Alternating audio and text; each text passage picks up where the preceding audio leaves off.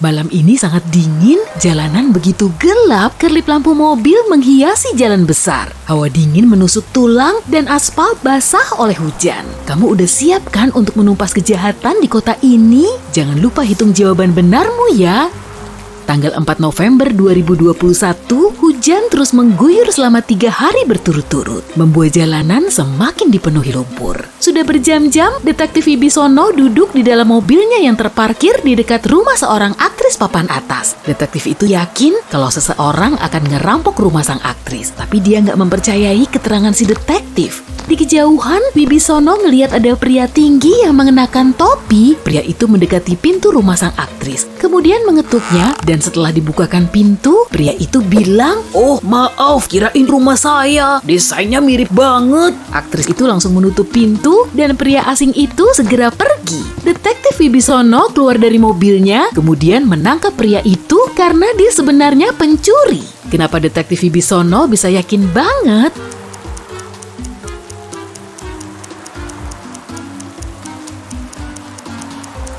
Kalau rumah itu beneran miliknya, pria itu nggak perlu ngetuk pintu segala. Seharusnya kan dia punya kuncinya. Detektif Wibisono langsung menggiring pencuri itu ke kantor polisi. Akhirnya hujan pun reda. Malam itu detektif Wibisono harus kerja lembur, jadi dia pengen beli kopi. Saat itulah radio di mobilnya nyarin berita soal kebakaran di selatan alun-alun kota. Wibisono mengurungkan niatnya untuk beli kopi dan langsung tancap gas menuju TKP. Dari kejauhan, dia ngelihat kobaran api yang terus menyala-nyala. Rupanya, 2 rumah telah dilalap si jago merah dan beberapa mobil polisi sudah ada di lokasi. Seorang petugas mengatakan kalau salah satu rumah yang terbakar itu milik seorang pengusaha sukses. Di dalamnya tersimpan banyak uang, sedangkan pemilik rumah kedua cuma seniman yang hidup pas-pasan. Semua lukisannya ludes terbakar. Menurutmu, detektif Wibisono harus madamin api di rumah yang mana dulu nih?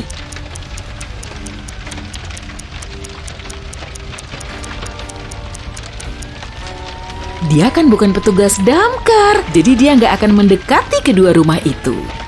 Setelah beberapa saat menyaksikan kebakaran itu, detektif Wibisono masuk ke dalam mobil. Kantuknya sudah nggak tertahankan lagi, dia harus tidur. Tapi dia nggak mau pulang karena semua yang ada di seisi rumahnya ngingetin dia sama cewek itu. Dan dia nggak mau mengingatnya lagi. Akhirnya dia nginep di sebuah hotel dan dia minta si resepsionis untuk membangunkannya jam 7 pagi. "Oke, Pak," sahutnya. "Tolong hubungi saya dulu sebelum Bapak minta dibangunin ya. Nanti saya akan datang membangunkan Bapak. Satu panggilan aja udah cukup kok." Detektif Wibisono harus ngapain ya biar resepsionis mageran ini bisa membangunkannya?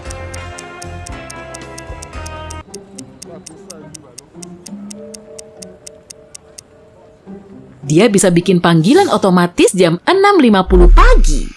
Detektif Wibisono memasuki kamarnya dan merebahkan diri di tempat tidur. Tapi pintu kamarnya perlahan ngebuka. Wajah orang-orang yang pernah dia tangkap muncul dari balik kegelapan. Sang detektif langsung terduduk di tempat tidur. Dan pintu itu kembali tertutup. Awalnya, Wibisono masih bingung dengan kejadian ini. Tapi kemudian, dia langsung lega. Ternyata ini cuma mimpi buruk. Gimana dia bisa tahu?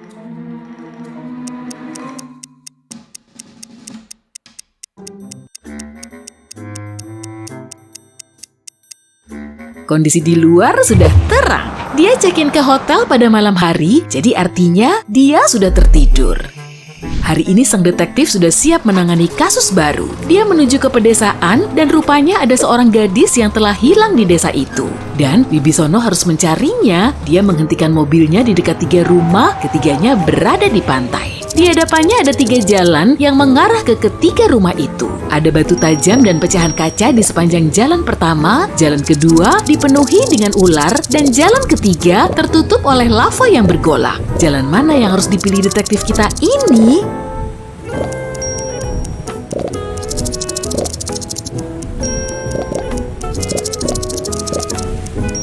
Lautan akan segera mendinginkan lava dan mengubahnya jadi batu. Jadi si detektif mengikuti jalur ketiga.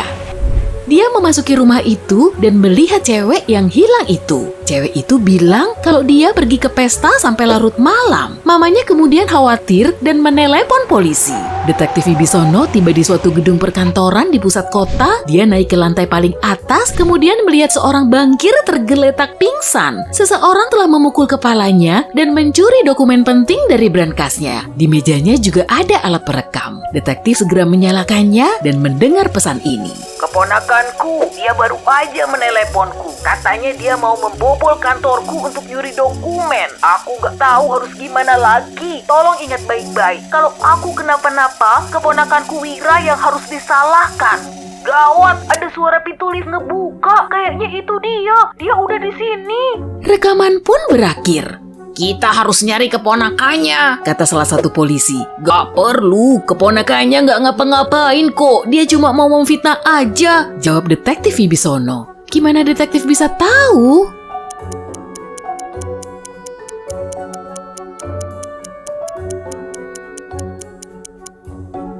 Ada seseorang yang memasang rekaman itu dari awal dan kemungkinan besar itu bukan ulah keponakannya. Dia pasti akan menyingkirkan rekaman itu.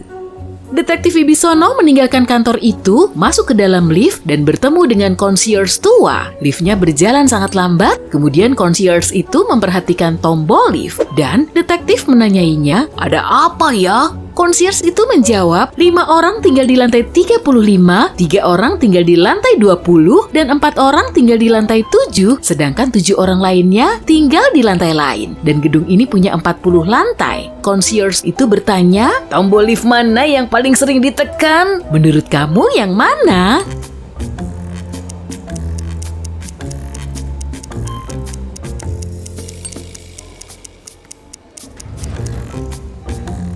Jawabannya adalah lantai 1 karena ditekan oleh semua penghuni. Detektif Wibisono mengendarai mobilnya menuju kafe. Sejak kemarin perutnya dibiarin kosong dan sesampainya di kafe, dia pesan omelet sambil baca koran. Dia langsung tertarik dengan bagian teka-teki di halaman depan. Di musim dingin, cowok ini pergi ke desa tetangga untuk menemui teman-temannya. Dia harus menyusuri hutan, padang rumput, dan masuk hutan lagi untuk sampai di tujuan. Cowok itu memulai perjalanannya menembus hutan, padang rumput kecil, dan masuk hutan lagi. Akhirnya dia sampai di tepi sungai besar. Gimana cara dia menyeberanginya? Wibisono cuma terpingkal karena dia tahu jawabannya. Apa kamu juga tahu?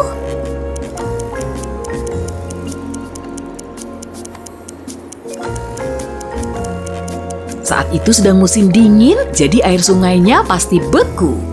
Pelayan mendekati detektif Wibisono dan menaruh omelet dan kopi pesanannya di atas meja. Detektif itu makan, lalu bangkit dari mejanya menuju dapur. Di situ dia bertemu pencuri bertopeng dan langsung meringkusnya. Gimana detektif bisa tahu kalau di dapur itu ada penjahat?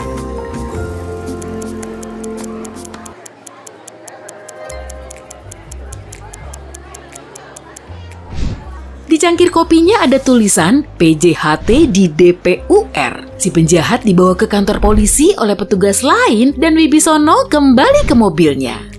Kali ini detektif Wibisono harus menangani kasus lain. Dia tiba di toko barang antik. Salah satu pengunjungnya telah menipu pemilik toko dengan menjual koin palsu. Di koin tersebut tertulis tahun 175 sebelum Masehi. Bahannya kelihatan tua dan menurut hasil analisis, koin tersebut termasuk kuno. Si pemilik toko tadinya mengira kalau koin ini dibuat pada zaman dulu. Gimana Wibisono bisa tahu kalau koin itu ternyata palsu?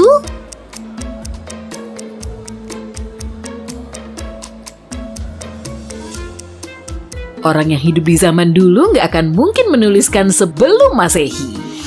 Oke, kasus di toko barang antik itu udah terpecahkan. Saatnya beralih ke kasus lain.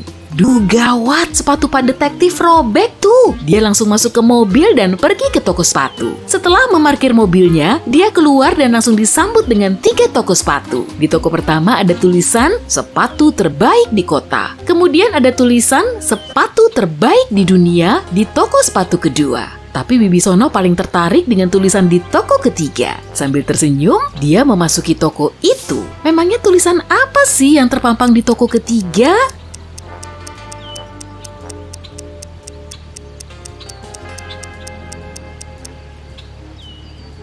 Sepatu terbaik di jalan ini.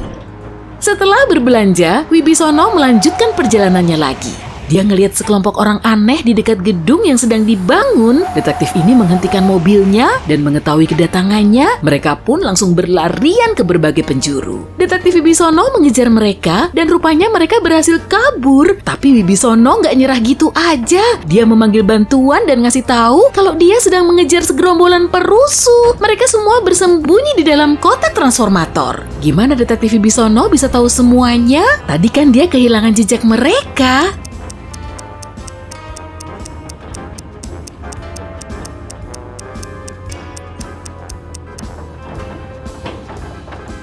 Para perusuh itu berlari di atas beton yang masih basah. Jadi jejak kaki mereka mengarah ke kotak transformator. Aduh, sepatu baru Pak Detektif kena noda beton basah tuh. Dia masuk mobil dan menuju ke laundryan. Di situ dia ngobrol sama pemilik laundry dan dapat info soal kejahatan lain. Si pemilik mengklaim seseorang telah mengambil sejumlah uang dari brankasnya. Tapi detektif tahu kalau di situ nggak ada pencuri. Pemilik laundryan itu nyuri uangnya sendiri biar dapat kompensasi dari perusahaan asuransi. Wibisono tahu kalau laundryan ini sering kecurian, tapi pria itu nggak mengganti kunci atau memperketat sistem keamanannya. Gimana detektif bisa ngebuktiin kalau uang itu nggak dicuri?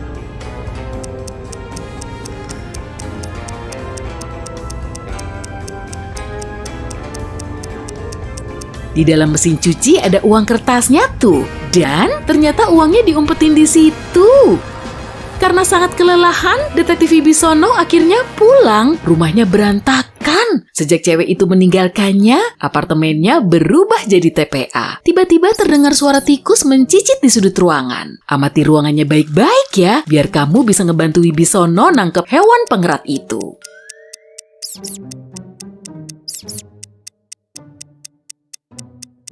Kamu ngelihat kotak berlubang itu kan? Bisa koyak begitu pasti karena udah digerogoti tikus. Wibisono langsung nangkep hewan kecil ini, tapi nggak diapa-apain. Rupanya dia mau mengangkat tikus itu jadi anabulnya. Dan si detektif masih aja jadi sad boy seperti biasanya. Biarin deh, kita cek skormu dulu yuk. 0-3 poin, Detektif Wibisono makin jadi sad boy karena kamu nggak banyak kebantu dalam proses penyelidikannya. 4-7 poin, lumayan sih untuk ukuran detektif swasta biasa, tapi buat Wibisono, si detektif terbaik di seantero kota, masih sangat kurang tuh. Latih lagi kejelianmu ya. 8-10 poin, udah lumayan kok, tapi masih kurang. Ibarat sayur tanpa garam, bagai taman tak berbunga. 11-14 poin, penduduk di seluruh kota akhirnya bisa beristirahat dengan tenang. Kamu udah ngebantu Detektif Wibisono menangani banyak kasus. Dia layak mendapatkan istirahat yang cukup dan kamu juga.